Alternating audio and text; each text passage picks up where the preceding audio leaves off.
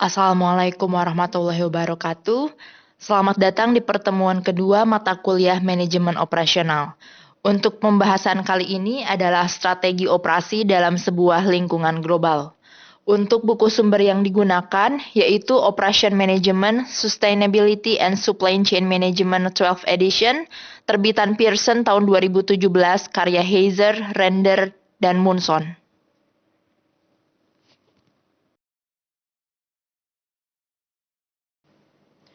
Baiklah, yang pertama kita akan membahas terlebih dahulu alasan operasi bisnis domestik memutuskan berubah ke beberapa bentuk operasi internasional. Ada 6 alasan mereka. Yang pertama, meningkatkan rantai pasokan. Nah, pasokan ini dapat ditingkatkan dengan menempatkan fasilitas-fasilitas di negara-negara di mana sumber daya unik tersedia. Sumber daya ini seperti keahlian SDM, tenaga kerja yang murah, atau bahan baku sehingga manajemen rantai pasokan lebih terjamin. Misalnya produksi sepatu atletik yang bermigrasi dari Korea Selatan ke Guangzhou, Cina. Nah, pemilihan lokasi ini memanfaatkan tenaga kerja yang murah dan kompetensi produksi sebanyak ribuan orang pekerja yang membuat sepatu, contohnya seperti itu. Yang kedua ada efisiensi biaya. Dengan mengalihkan pekerjaan yang berketerampilan rendah ke negara lain, itu bisa membuat perusahaan mendapatkan beberapa keuntungan, seperti mengurangi biaya tenaga kerja atau upah sehingga bisa diinvestasikan untuk peningkatan produk atau peningkatan fasilitas. Lalu dengan adanya kesepakatan perdagangan juga berdampak pada pengurangan tarif dan mengurangi biaya fasilitas operasi. Alasan yang ketiga yaitu untuk meningkatkan operasi. Dengan memiliki operasi internasional, tentunya akan belajar dari pemahaman yang lebih baik tentang inovasi manajemen di berbagai negara. Selain itu juga untuk mengurangi waktu respon dalam memenuhi persyaratan produk dan layanan pelanggan yang berubah. Yang keempat, memahami pasar. Karena operasi internasional memerlukan interaksi dengan pelanggan, pemasok, dan bisnis kompetitif lainnya, perusahaan internasional pasti belajar tentang peluang untuk produk dan layanan baru. Selain itu juga agar ada kesempatan untuk memperluas siklus hidup, yaitu tahapan yang dilalui produk dari produk yang sudah ada. Misalnya produk yang dikatakan sudah matang gitu ya di negara maju, mungkin dianggap sebagai produk yang canggih di negara berkembang. Lalu alasan yang kelima yaitu untuk meningkatkan produk. Jadi banyak perusahaan yang bekerja sama dengan perusahaan lain dari negara lain untuk alih teknologi atau mengadakan riset bersama. Atau bisa juga kerjasama dalam desain serta kegiatan operasional lainnya. Contohnya misalkan perusahaan Toyota dan BMW yang akan mengelola penelitian bersama dan berbagi biaya pengembangan penelitian. Atau contohnya untuk membuat baterai untuk mobil ramah lingkungan generasi berikutnya, atau contoh lainnya. Yang keenam ada alasan untuk menarik dan mempertahankan bakat global. Nah, organisasi global dapat menarik dan mempertahankan karyawan yang lebih baik dengan menawarkan lebih banyak kesempatan kerja. Jadi karyawan memiliki peluang pertumbuhan yang lebih baik dan perusahaan juga dapat memindahkan personel yang tidak dibutuhkan ke lokasi yang lebih makmur.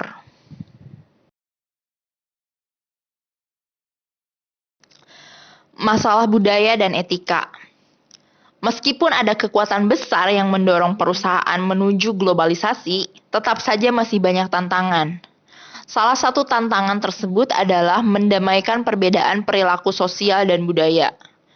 Nah, dengan isu-isu mulai dari penyuapan, pekerja anak, hingga lingkungan, nah para manajer ini tuh terkadang tidak tahu bagaimana cara menanggapi atau menyelesaikan masalah ketika beroperasi dalam lingkungan budaya yang berbeda. Nah, hal ini bisa terjadi karena apa yang dianggap dapat diterima oleh budaya suatu negara bisa saja dianggap tidak dapat diterima atau ilegal di negara lain. Nah, dalam dekade terakhir ini, perubahan hukum internasional, perjanjian, dan kode etik telah diterapkan untuk mendefinisikan perilaku etis di antara para manajer di seluruh dunia. Misalnya ada World Trade Organization yang membantu menyeragamkan perlindungan pemerintah dan industri dari perusahaan asing yang terlibat dalam perilaku tidak etis. Bahkan pada isu-isu di mana ada perbedaan yang signifikan antara budaya seperti di bidang suap atau perlindungan kekayaan intelektual, keseragaman global yang perlahan-lahan diterima oleh sebagian besar negara.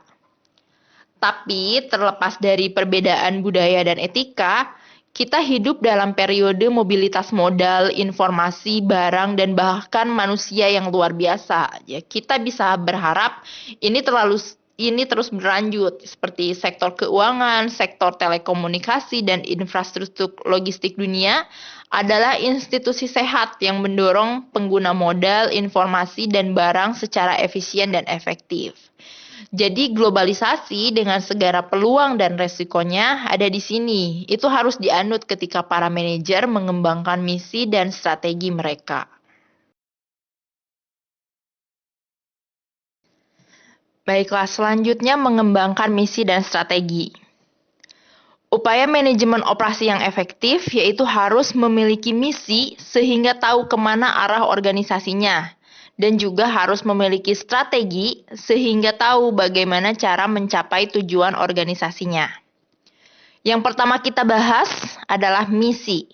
Jadi, kesuksesan ekonomi atau bahkan keberlangsungan hidup organisasi atau perusahaan itu adalah hasil dari mengidentifikasi misi untuk memuaskan kebutuhan dan keinginan pelanggan.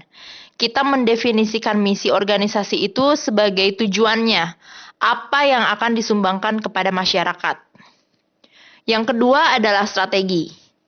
Dengan ditetapkannya misi, strategi dan implementasinya dapat dimulai.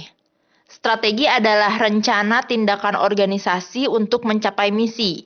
Bagaimana action plan-nya gitu. Setiap area fungsional memiliki strategi untuk mencapai misinya dan untuk membantu organisasi mencapai misi secara keseluruhan. Strategi ini mengeksploitasi peluang dan kekuatan, menetralisir ancaman, dan menghindari kelemahan.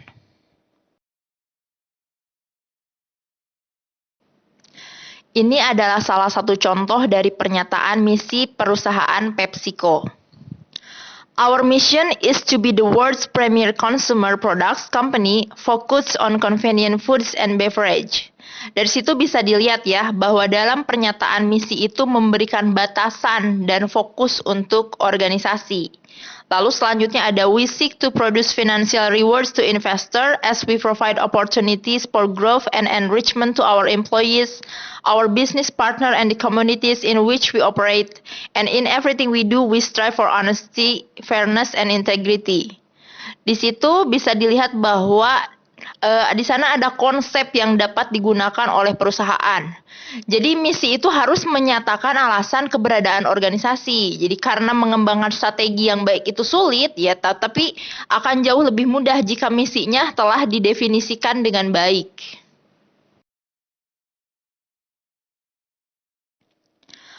Proses strategi atau strategic process. Jadi setelah misi organisasi telah diputuskan, setiap area fungsional dalam perusahaan harus menentukan misi pendukungnya. Maksud misi pendukung area fungsional adalah disiplin ilmu utama yang dibutuhkan oleh perusahaan, seperti pemasaran, produksi atau operasi, dan keuangan atau akuntansi. Nah, misi untuk setiap fungsi ini nanti dikembangkan untuk mendukung keseluruhan misi perusahaan.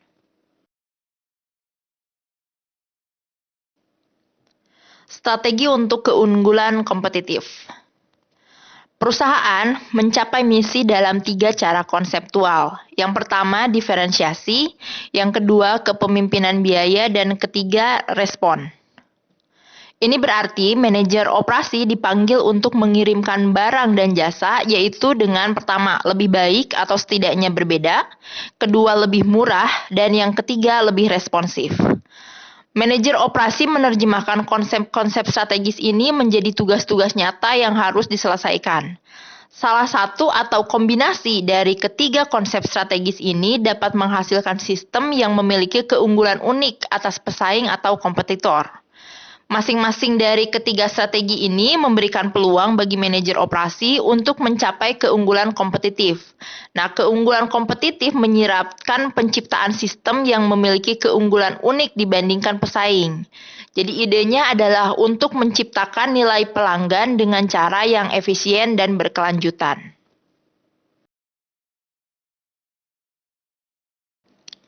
Selanjutnya berkompetisi dalam diferensiasi. Untuk mencapai keunggulan kompetitif melalui operasi, tadi telah disebutkan ada 3 cara. Untuk strategi yang pertama yaitu berkompetisi dalam diferensiasi.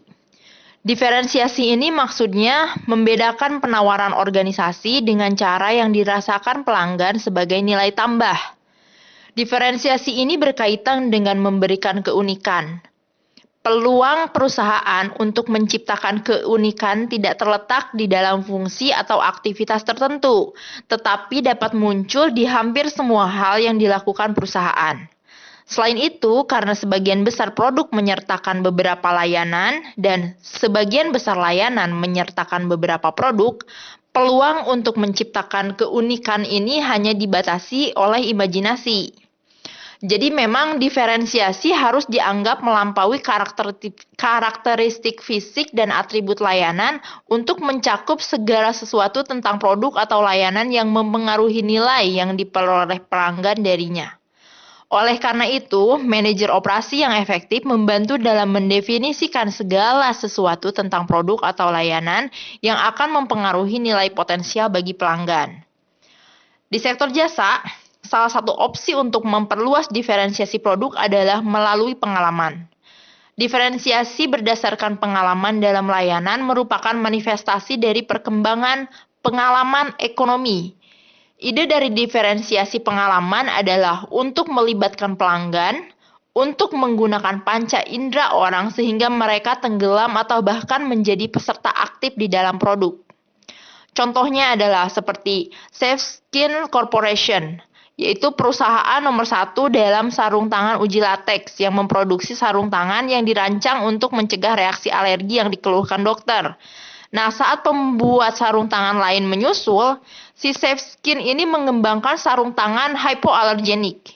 Kemudian ia menambahkan tekstur pada sarung tangannya. Jadi kemudian mengembangkan sarung tangan sintetis sekali pakai untuk mereka yang alergi terhadap lateks. Jadi perusahaan ini selalu berada di depan kompetisi. Nah, strategi Safeskin adalah mengembangkan reputasi untuk merancang dan memproduksi sarung tangan canggih yang andal sehingga membedakan dirinya dari para pesaingnya. Untuk strategi kedua yaitu bersaing dalam biaya.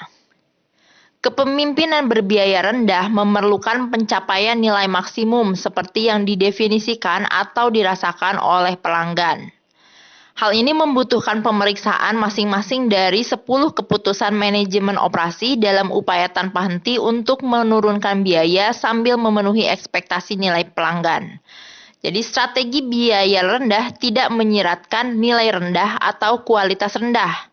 Contohnya adalah perusahaan maskapai penerbangan Southwest Airlines. Nah, Southwest Airlines telah konsisten menjadi penghasil uang di saat para kompetitornya banyak yang merugi. Southwest telah melakukan ini dengan memenuhi kebutuhan akan penerbangan murah dan pendek. Strategi operasinya telah mencakup penggunaan bandara dan terminal sekunder, first come first serve seating, beberapa opsi tarif, kru yang lebih kecil terbang lebih lama, penerbangan dengan hanya menyediakan makanan ringan atau tanpa makanan, dan tidak ada kantor tiket di pusat kota. Contohnya itu. Pilihan strategi ketiga adalah respon. Respon sering dianggap sebagai respon yang fleksibel, tetapi juga mengacu pada respon yang andal dan cepat. Jadi kita mendefinisikan respon sebagai mencakup keseluruhan rentang nilai yang terkait dengan pengembangan dan pengiriman produk tepat waktu, serta penjadwalan yang andal dan kinerja yang fleksibel. Respon yang fleksibel dapat dianggap sebagai kemampuan untuk mencocokkan perubahan di pasar di mana inovasi desain dan volume berfluktuasi secara substansial. Hewlett-Packard atau HP adalah contoh dari perusahaan yang telah menunjukkan fleksibilitas baik dalam desain maupun perubahan volume di dunia komputer. Produk HP seringkali memiliki siklus hidup berbulan-bulan dan perubahan volume dan biaya selama siklus hidup singkat tersebut sangat dramatis. Namun, HP telah berhasil melembagakan kemampuan untuk mengubah produk dan volume untuk merespon perubahan dramatis dalam desain dan biaya produk, sehingga membangun keunggulan kompetitif yang berkelanjutan. Aspek respon yang kedua adalah keandalan penjadwalan. Contohnya adalah salah satu cara industri mesin Jerman mempertahankan daya saingnya meskipun memiliki biaya tenaga kerja tertinggi di dunia adalah melalui respon yang handal. Jadi respon ini memanifestasikan dirinya dalam penjadwalan yang andal. Perusahaan mesin Jerman memiliki jadwal yang berarti dan mereka bekerja sesuai dengan jadwal tersebut. Selain itu, hasil jadwal ini dikomunikasikan kepada pelanggan dan pelanggan dapat pada gilirannya mengandalkan mereka. Konsekuensinya, keunggulan kompetitif yang dihasilkan melalui respon yang andal memiliki nilai bagi pelanggan akhir. Aspek respon yang ketiga adalah kecepatan. Contohnya adalah perusahaan Pizza Hut, ya. Keunggulan kompetitif utamanya adalah kecepatan. Ya, kecepatan di sini adalah kecepatan dalam produksi, memproduksi pizza, dan kecepatan dalam pengiriman. Seperti pizza yang dikirim dalam 30 menit oleh Pizza Hut. Nah, jadi manajer operasi yang mengembangkan sistem yang merespon dengan cepat dapat memiliki keunggulan yang kompetitif.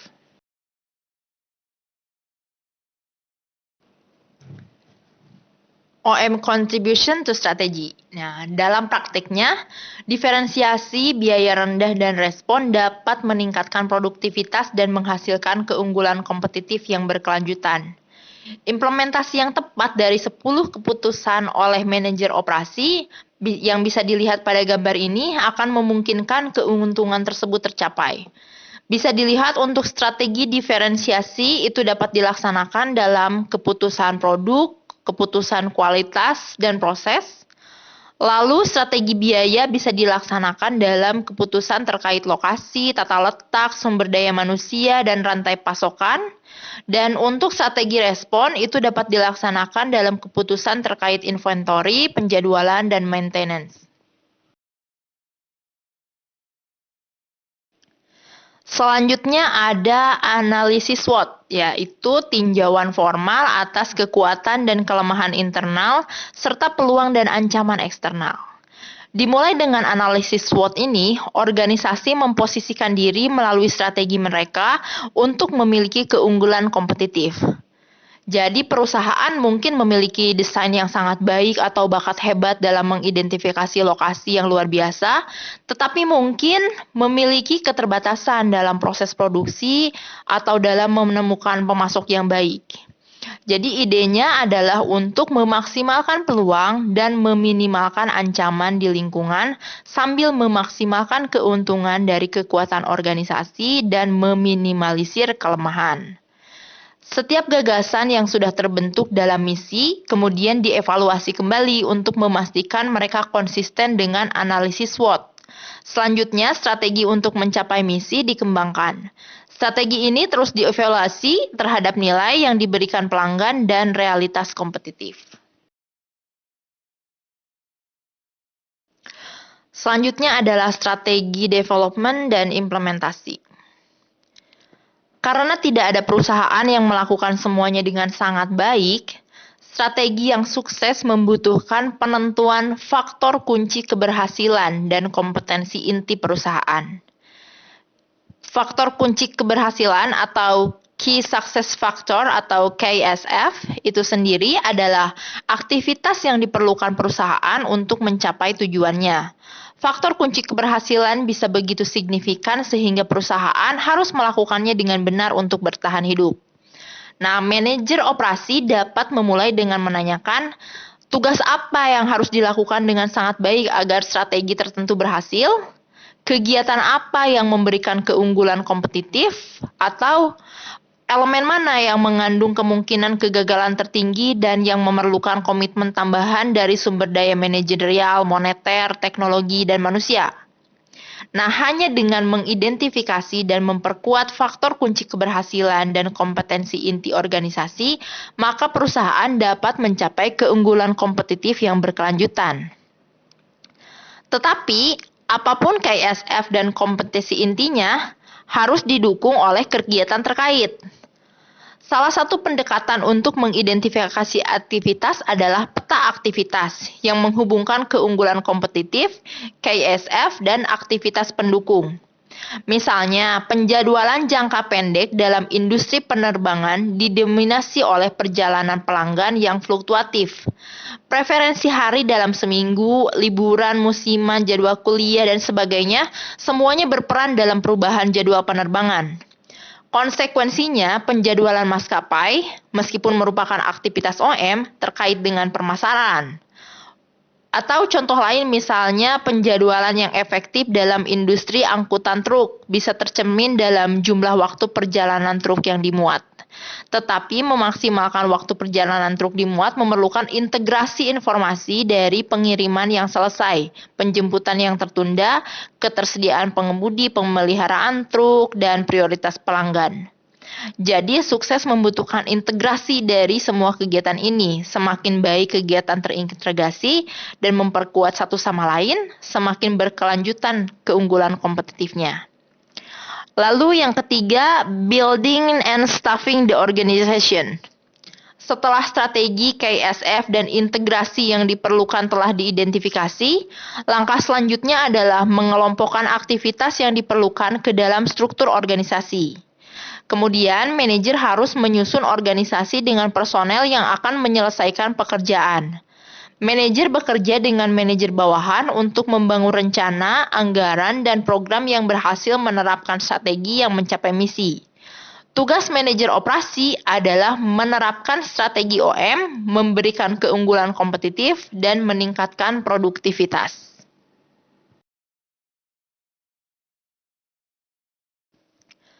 Berikutnya kita membahas rencana strategis, kompetensi inti, dan outsourcing. Saat organisasi mengembangkan misi, tujuan, dan strategi, mereka mengidentifikasi kekuatan mereka atau kompetensi inti. Apakah yang mereka lakukan sebaik atau lebih baik daripada pesaing mereka? Sebaliknya, aktivitas non-inti yang dapat menjadi bagian yang cukup besar dari total bisnis organisasi merupakan kandidat yang baik untuk outsourcing. Jadi, outsourcing adalah mentransfer kegiatan yang secara tradisional bersifat internal ke pemasok eksternal. Pengalih-dayaan ini bukan konsep baru, tetapi menambah kerumitan dan resiko pada rantai pasokan. Tapi karena potensinya, outsourcing itu terus berkembang. Nah, ekspansi semakin cepat karena 3 tren global. Yang pertama, peningkatan keahlian teknologi. 2, transportasi yang lebih andal dan lebih murah. Dan ketiga, perkembangan dan penyebaran yang pesat pada kemajuan dalam telekomunikasi dan komputer. Kombinasi kemajuan ekonomi yang kaya ini berkontribusi pada biaya yang lebih rendah dan spesialisasi yang lebih banyak. Akibatnya, lebih banyak perusahaan yang menjadi kandidat untuk outsourcing kegiatan non-inti. Outsourcing menyiratkan kesepakatan, biasanya kontrak yang mengikat secara hukum dengan organisasi eksternal.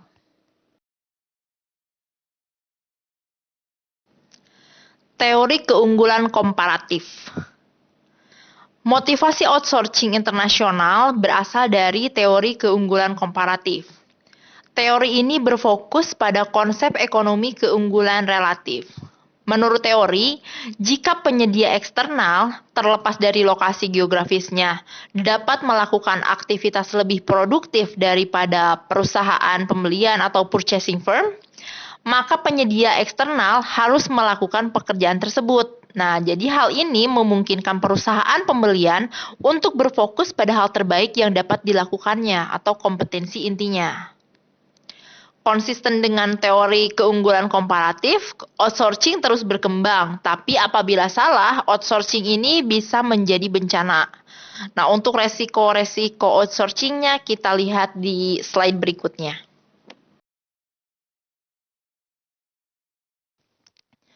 Seperti yang telah dibahas di slide sebelumnya, jadi outsourcing merupakan pekerjaan yang tidak berhubungan langsung dengan bisnis inti suatu perusahaan di mana pekerjaan tersebut dialihkan ke pihak lain.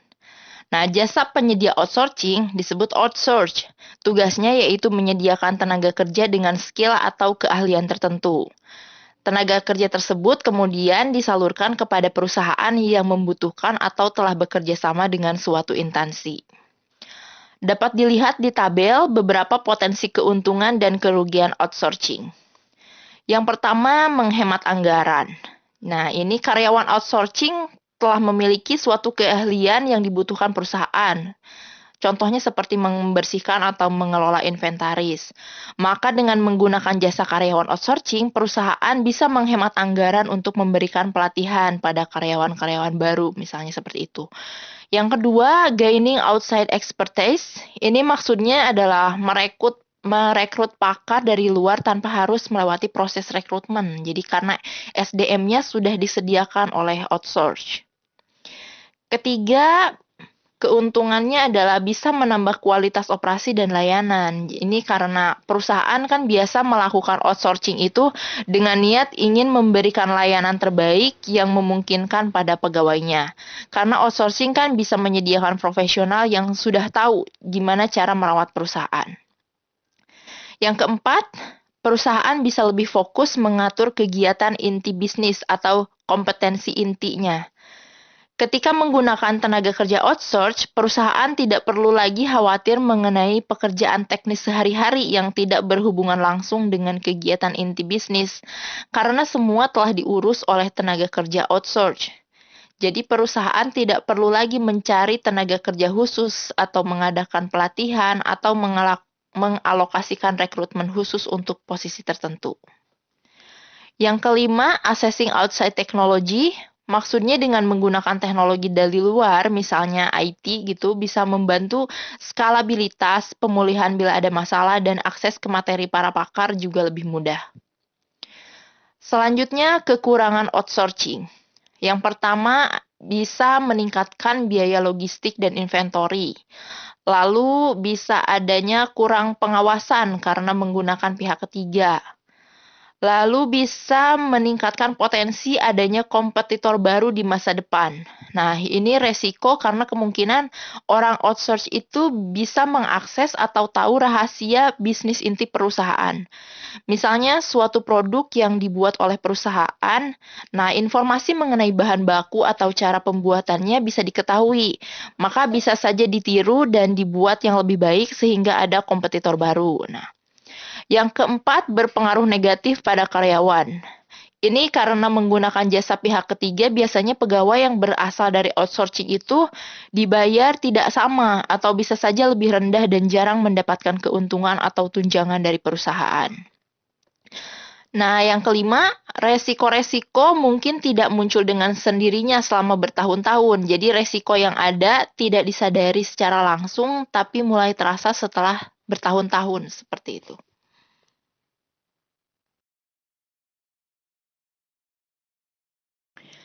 Baik, yang terakhir adalah opsi strategi operasi global.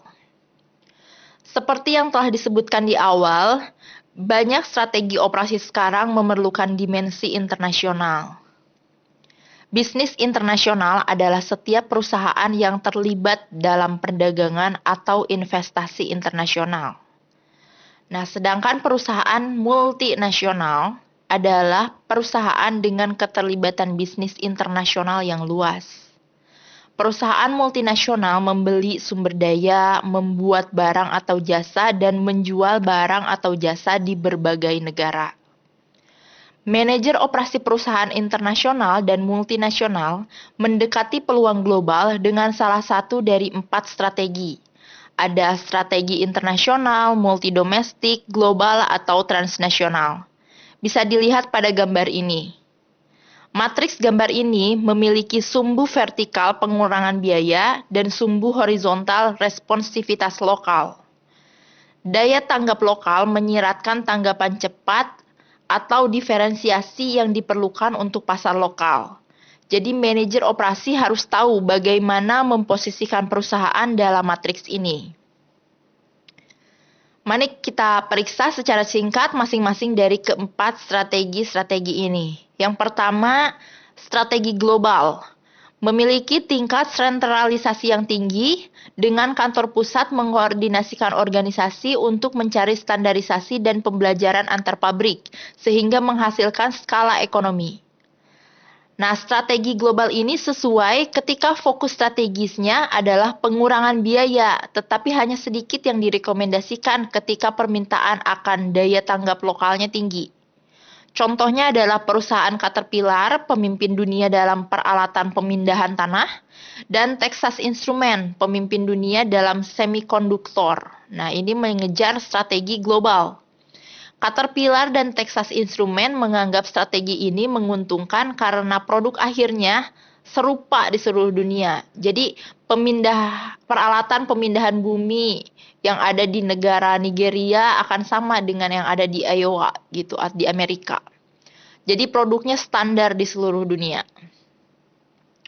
Yang kedua ada strategi transnasional. Ini mengeksploitasi skala ekonomi dan pembelajaran serta tekanan untuk tanggap dengan mengakui bahwa kompetensi atau bisnis inti tidak hanya berada di negara tuan rumah, tetapi dapat ada di mana saja dalam organisasi. Jadi transnasional menggambarkan suatu kondisi di mana materi, orang, dan gagasan melintasi atau melampaui batas-batas negara.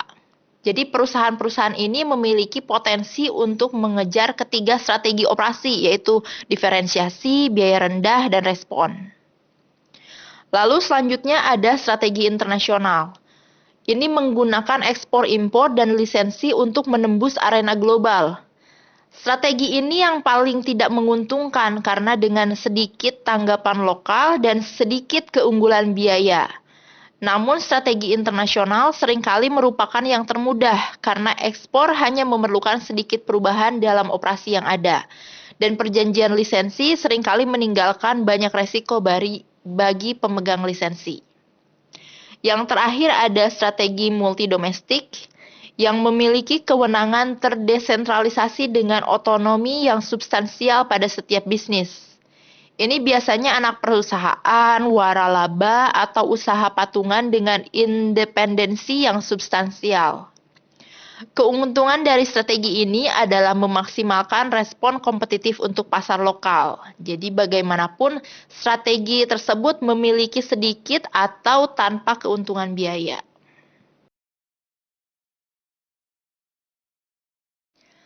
Baiklah, sekian untuk pertemuan yang kedua. Terima kasih. Wassalamualaikum warahmatullahi wabarakatuh.